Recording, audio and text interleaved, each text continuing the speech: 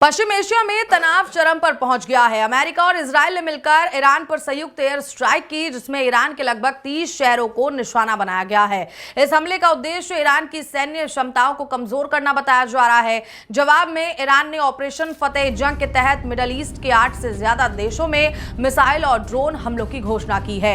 ईरानी मिसाइलों ने अमेरिका सैन्य ठिकानों को निशाना बनाया, वहीं कई शहरों में आवासीय और नागरिक इलाकों में मलबा गिरा।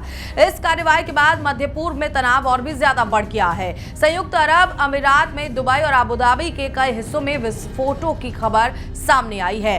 दुबई अंतर्राष्ट्रीय हवाई अड्डे के पास कई धमाकों की आवाजें सुनी गई, जिसके बाद हवाई अड्डे पर सभी उड़ानें अगले आदेश तक निलंबित कर दी गई हैं। दुबई के पाम जुमेरा स्थित फेयरमोंट होटल पर मिसाइल हमले के बाद आग लग गई।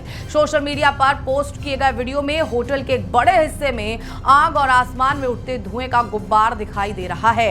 प्रत्यक्षदर्शियों ने बताया कि उन्होंने ताड़ के पेड़ों के पास घना काला धुआं और घटनास्थल की ओर तेजी से जाती एम्बुलेंस से देखी। दुबई, जो मध्य पूर्व का प्रमुख वाणिज्यिक केंद्र है और जहां दुनिया की सबसे ऊंची इमारत बुर्ज खलीफा स्थित है, वहां के निवासियों ने आसमान में मिसाइलों को तेजी से उड़ते हुए देखा।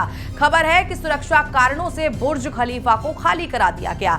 ईरान की जवाबी कार्रवाई में अमेरिकी सेना से जुड़े ठिकानों को निशाना बनाया गया है। इसके अलावा ईरानी मिसाइलों और ड्रोन हमलों के कारण कतर, बहरीन, कुवैत और सऊदी अरब में भी हवाई रक्षा प्रणालियां सक्रिय हो गई हैं। यूएई सरकार ने अबू धाबी में एक नागरिक की मौत की पुष्टि की है। वहीं दुबई में पर्यटक पुल के किनारे भागते हुए दिखाई दिए, जिससे स्थिति की गंभीरता का अंदाजा लगाया जा सकता है। इजराइल पर भी कई बार मिसाइल हमले किए गए और देश भर में सायरन बजाए गए। विशेषज्ञों का मानना है कि इस संघर्ष का असर सिर्फ क्षेत्र तक सीमित नहीं है। मिडिल ईस्ट में तेल और गैस की आपूर्ति में बाधा, अंतर्राष्ट्रीय व्यापार मार्गों में रुकावट और सुरक्षा चिंताओं के कारण वैश्विक बाजारों में अस्थिरता बढ़ सकती है। कुल मिलाकर अमेरिका और इजराइल के हमलों और ईरान की जवाबी कार्रवाई ने पश्चिम एशिया में पहले से ही बढ़ते तनाव को और गहरा कर दिया है। दुबई, अबू धाबी और आसपास के क्षेत्रों में सुरक्षा स्थिति गंभीर बनी हुई है और वैश्विक स्तर पर इसके आर्थिक और राजनीतिक असर को लेकर चिंता जताई जा रही है।